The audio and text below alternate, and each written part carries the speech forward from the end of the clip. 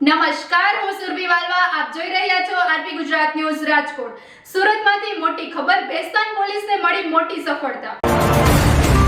પોલીસે ભીડભર્યા બજારમાં રેડ કરીને એક ઇસમને ગાંજાના જથ્થા સાથે ઝડપી પાડ્યો છે. આરોપી આસિફ સુપડુ શેખ પાસેથી 213 ગ્રામથી વધુ ગાંજો મળી આવ્યો છે, જેના બજાર મૂલ્ય 10,000 થી વધુ છે. પોલીસે વધુ તપાસ હાથ ધરી છે. વધુ સમાચાર માટે જોડાયેલા રહો આરપી ગુજરાત ન્યૂઝ રાજકોટ.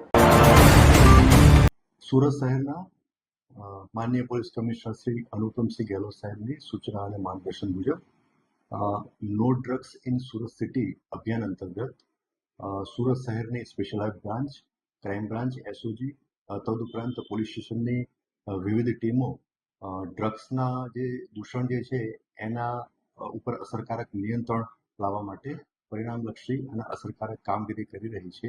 એમાં નાના અને મોટા વિવિધ પ્રકારના કેસો શોધી કાઢવામાં આવી રહ્યા છે.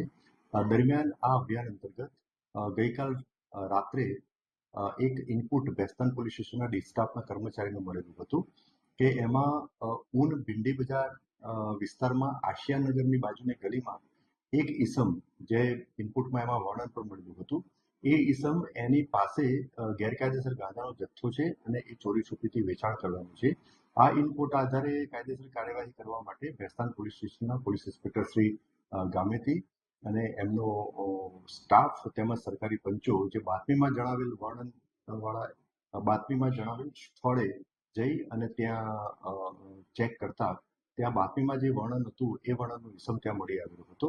તેની અંગ ઝડપી કરતા અને પ્રાથમિક પૂછપરછ કરતા તેની અંગ ઝડપીમાં એક પ્લાસ્ટિકની કાળી થેલીમાં એક વનસ્પતિજન્ય ભીનો ઘેરા લીલા કલરનો ડાળખા, પાંદડા અને બીજ સાથેનો એક વનસ્પતિજન્ય પદાર્થ મળી આવેલો હતો. એની લાક્ષણિક વાસ ચેક કરતા એ પ્રાથમિક દ્રષ્ટિએ ગાંજો હોવાનું જણાઈ આવતા આ બાબતે એફએસએલના અધિકારીના સ્થળ ઉપર બોલાવી અને એફએસએલ અધિકારીના પાસે જે કીટ રહેલી છે એનાથી પરીક્ષણ કરતા એ જે વનસ્પતિજન્ય પદાર્થ જે છે એ પ્રાથમિક દ્રષ્ટિએ ગાંજો હોવાનું પરીક્ષણમાં જણાઈ આવ્યું. જે આધારે આ આરોપી વિરુદ્ધમાં એક એનડીપીએસ એક્ટ હેઠળ કેસ દાખલ કરવામાં આવેલો છે. આ જેના વિરુદ્ધમાં કેસ દાખલ કરવામાં આવેલો છે એ આરોપીનું નામ આસિફ સુપડુ શેખ અને એનું રહેવાસી જે છે પ્લોટ નંબર 85 આસિયાનગર આમદ મંડપ વાળાની ગલીમાં ભીંડી બજાર ઊનનો રહેવાસી છે અને એનું મૂળ વતન જે છે એ યાવલ અઠવાડા બજાર, થાના યાવલ, જિલ્લો જલગાંવ, મહારાષ્ટ્રનો વતની છે. એ અહીંયાના પરિવાર સાથે રહે છે.